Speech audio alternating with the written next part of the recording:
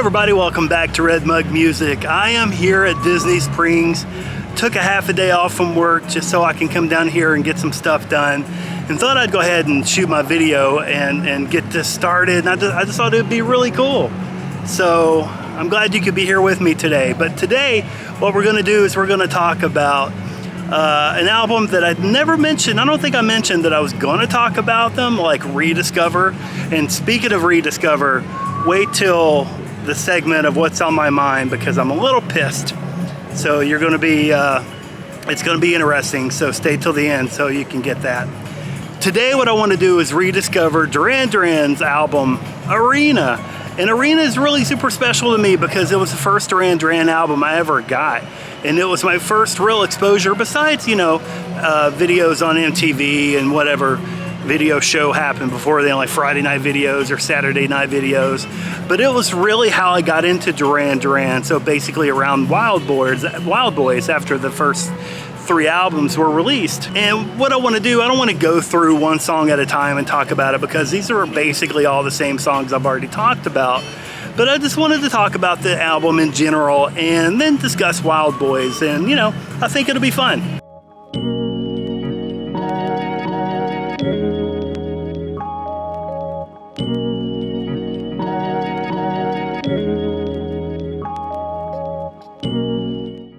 So before we continue, if you're new to the channel or if you haven't subscribed yet and you like what you see, I would really appreciate if you would go ahead and click on that subscribe button. And you can also click on the bell, which is going to give you notifications every time a new video comes out. Have you done it yet? All right, did you do it? Okay, let's go eat a donut.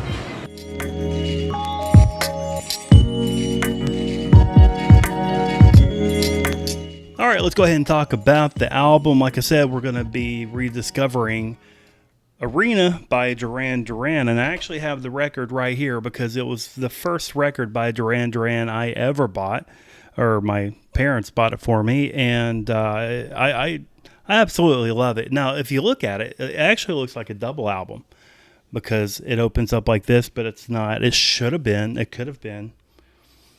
Actually, I have some ideas about that later on, what I wish they would have done. But if you look on the inside, you'll see that the lyrics are there. And typically, I don't really care about lyrics when it comes to music. I don't care about the actual words, but something about Simon Le Bon, I just really like his lyrics because he writes them so well. But anyway, this album came out in 1984. And these particular live tracks came from the Sing Blue Silver tour, all live except for one song, which is Wild Boys. And Wild Boys is what brought me in. Wild Boys is what attracted me to Duran Duran at this point, and that's why I got the album. So what I wanted to do is talk about, I wanted the opportunity, because I'm all about sequencing, and I wanted to talk about sequencing on this album, but the problem is the sequence of this album is not based on the concert. So they just put it in whatever order. However, I looked it up and I was looking at some of the concerts that they put on, and I pulled 3 different ones up to see how they differ, and they were actually all the exact same. Now I'm sure they changed it up here or there. I'm not sure, but the ones that I pulled started out. Here's how it looked for the Sing Blue Silver tour. It started out with Tiger Tiger, which is just a phenomenal way to start a concert. And then just like the album, actually let me pull it over right here so I can see it. Just like the album, it went into Is There Something I Should Know and Hungry Like the Wolf, just like it is on the album. Then it's got the Reflex, which did not make it to the album.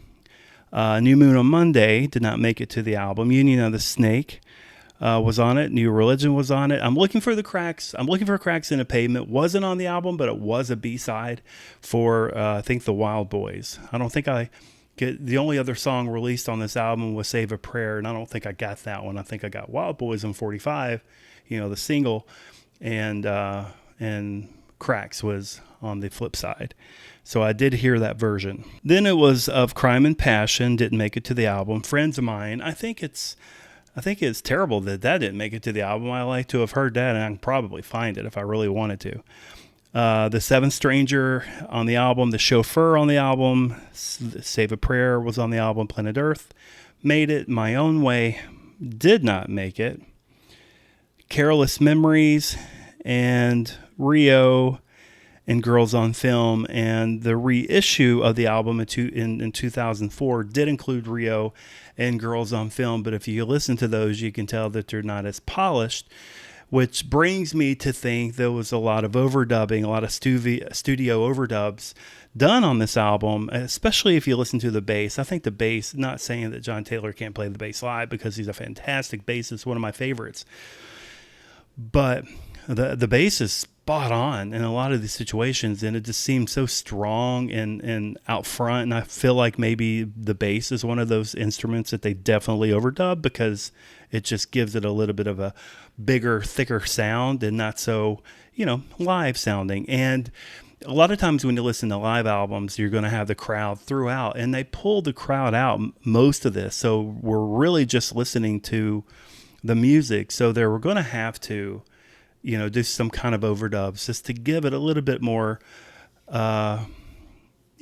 just make it a little bit more nice sounding. I liked this album, especially in comparison to the studio versions, because it was a lot edgier, it was a lot harder. And I think it upgraded or gave a lot of these songs a little bit of a new sound, especially Careless Memories. Careless Memories on the Arena is my favorite version of Careless Memories, because if you listen to it on their debut album, it's quite, I'm not going to say sterile, but close to it. It's perfect. It's just done perfectly. And here, when it comes to rock, it's best to be a little bit messy, a little bit sloppy, very edgy, just a lot of emotion. And I think that really made the song Careless Memories. So it definitely updated all these songs, and I think it made them sound really, really good. And throughout the whole album, Simon Le Bon, he is just absolutely just giving it his absolute best. He himself is so moody and so edgy and just bold. And I'm sure that had a lot to do with the time that they recorded this album. After 3 very successful albums, I'm sure, he was feeling it. He was now a superstar, and he had that confidence that he needed to have, and it really showed up on Arena. And I think it's another reason why I like Arena. Now, one thing about Arena that I really appreciate, I'm very glad this was my first exposure to Duran Duran, besides, the videos and what I heard on the radio, is Everybody Was Here For, Is There Something I Should Know, and Hungry Like the Wolf, Planet Earth, the big hits, and Wild Boys, of course, because that just came out, which I was, a big Wild Boys fan myself. But New Religion, Save a Prayer, The Seventh Stranger, and The Chauffeur are what I ended up being the biggest fan of. It showed me that Duran Duran, even though I was new to Duran Duran, but it showed me that they were a whole lot more than just, those hit songs that just drew everybody in. They could write very complex, very slow, very patient songs with extremely good lyrics, with very good musicianship. And those are the types of songs that I kind of listen for whenever I'm hearing a new Duran Duran album. I want to hear that nice artistic, song that they put out, with the beautiful melodies, and it's just why I like Duran Duran so much. I love the hits, but I love songs like this even more. And I think Arena gave me the opportunity to kind of understand that side of Duran Duran early on, and I really appreciate that. So let's talk about Wild Boys, The Wild Boys. The Wild Boys they released that song. I'm not going to talk about the video of the movie because I just haven't had the chance to review that, and that could be later on. I think the Wild Boys came out at the perfect time. It was the kind of sound that everybody was looking for, and it was exactly the song, and it carried that same cockiness and boldness and edge and just the type of attitude and mood that Simon Le Bon had on this album. The Wild Boys had it as well, and maybe that's why this album was so good because of songs like the Wild Boys, because it was just like a little bit of a newer style that he was doing, and it just worked so well. But those hard-hitting drums and the digital aspect of it was, during 1984 was, that was the thing. People were really into that. And also you have the rock flavor of the Wild Boys was very nice. That's the thing about Duran Duran, even though they're more of like a synth type band, but they still had Andy Taylor and John Taylor. They were very rock as well. So they just a little bit of a mixture of a lot of different types of genres. And I think that's why they appealed to so many different people. Now, on the flip side, my complaint about the Wild Boys is, as good as it was, and I really, this is one of my favorite songs of 1984. I absolutely loved it. I found it to be missing something. Something like in the middle. I felt like maybe Nick Rhodes should have had some kind of a looping synthesizer, something, just going. Just kind of feeling that in the middle, and then everything else kind of danced around it, and it wasn't there. And I felt like the song sounded a little bit incomplete because of that. And I'm not exactly sure. Maybe there just should have been more guitar throughout the whole song. I don't know.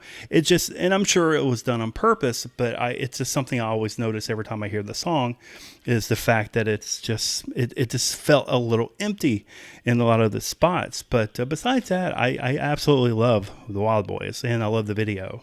Now going back to the sequence of this album, I also found it odd that they put Wild Boys at the end of side 1, even though it wasn't a live version. I don't know why they didn't make it the first track or the last track. I just always found that odd. It's something that I always noticed. Going back to the fact that the album looked like a double album, it made me wonder also, or how cool it would have been if they would have had one record with just the live tracks and not done songs like Is There Something I Should Know or Hungry Like the Wolf or, the bigger stuff. Maybe it would have been really cool if they could have added other songs like New Moon on Monday, even though it was a hit, but I don't think it was as big of a hit. Cracks in the Pavement, Of Crime and Passion, Friends of Mine. We definitely could have thrown in a lot of other stuff on the live, on this live record, and then the second record be a greatest hits. A best of the first 3 albums, plus Is There Something I Should Know, including any kind of, B-side or whatever. I mean, there was a lot of material at this point, and I think that would have made this really cool. Even though I do love Arena, I think there was a little bit of an opportunity, or they could have released Arena, just like I said, taking out the big stuff and let it, it gives the consumer a little bit, a taste of who Duran Duran is over and beyond their hits, and then had a second release at the same time of their big stuff. And I think there were plenty of stuff there. And if there wasn't, there were B-sides.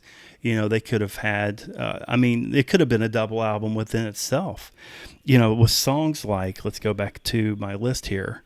The greatest hits album could have had Is There Something I Should Know, Hungry Like the Wolf, The Reflex, Union of the Snake, Planet Earth, and then it could have had B-sides. I think that would have been kind of cool, or outtakes. I don't know, just, would have, could have. It's just so many opportunities. Hindsight is definitely 2020, but they definitely didn't make a mistake of releasing Arena as it was, and they did have a greatest hits album to come later, and they were able to add View to a Kill, which was pretty awesome as well. So anyway, in summary, Arena is one of my favorite Duran Duran albums. I listen to it all the time. It's how I like to hear Duran Duran. And I think it's pretty awesome. All right, let's go back to Disney Springs to close out the video. Now, as previously promised, I want to go to the segment called What's on My Mind. I mentioned it at the beginning of the video that I'm kind of pissed off about something, and let me share what that is. So this is what's on my mind.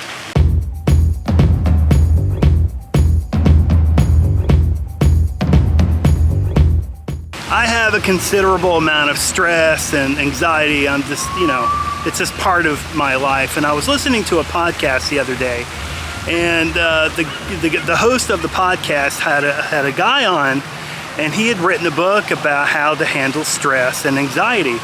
And after listening to him for a little bit, I decided, you know what, that sounds like a great idea. So they had a link.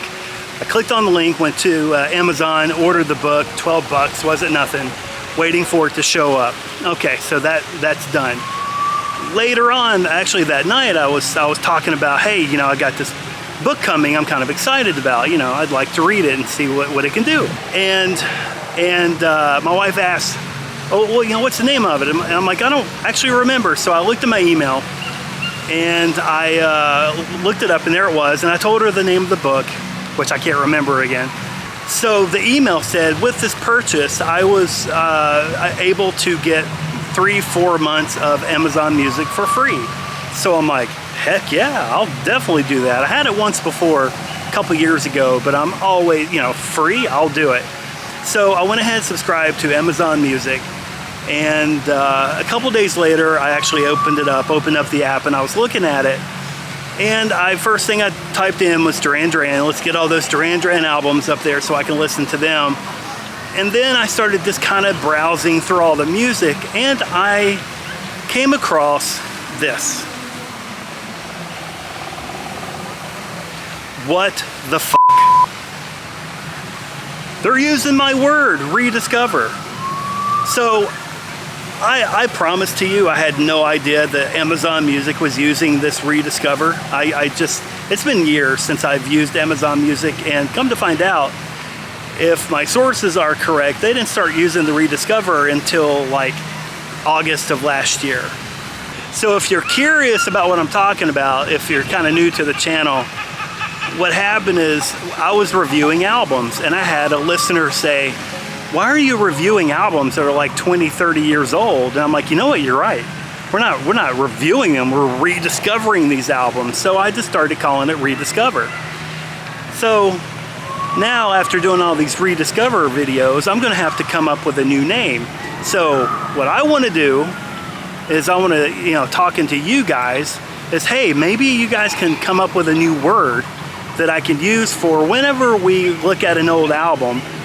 And the process is to get an album out that we haven't listened to in a while, and just, you know, like I always say, dust off the, you know, clean it off, you know, blow the dust off, and, you know, put it in the CD player or the tape deck or 8-track, whatever, however you play it, and listen to this all over again. So I need a new word. Or I could just keep Rediscover and say screw Amazon and see if I get a cease and desist letter. But I don't think I'm big enough for that, so I'm not really worried. So we could keep it the same and not worry about it.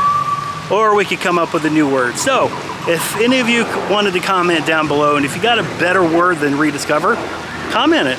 Let's see. And if I like it, I'll mention you, and we'll start using that. I think that would be super fun. So that is what's on my mind.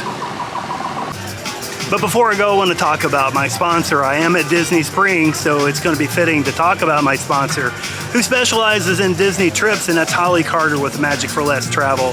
I'll put a link in the description down below. So it's a completely no-risk quote. You can just go ahead and tell her what you want to do, where you want to go, and she'll let you know how to get there. So again, that's Holly Carter with the Magic for Less Travel. Check her out. So don't forget to follow me on Instagram at RedMug Music. Also, I'm on Twitter at RedMug Music. Don't forget to subscribe, share the video with whoever you think is going to like it, and that would be amazing. I do appreciate it. So that's going to be all for this video. I really hope you enjoyed it. Like I said in the beginning, Arena is absolutely one of my favorite albums, and it was the very first album I ever got by Duran Duran, so it helped shape and mold like my perception of who Duran Duran was. And it let me know that they were more than just Rio and all the big hits, Hungry Like the Wolf. And it just gave me a lot of more perspective and an expanded idea of who they are. So I really appreciate this album. So if Arena was your first album by Duran Duran, or if it's your favorite album by Duran Duran, comment down below and let me know, and we'll share that together. And again, thank you for watching this week, and I will see you guys next time.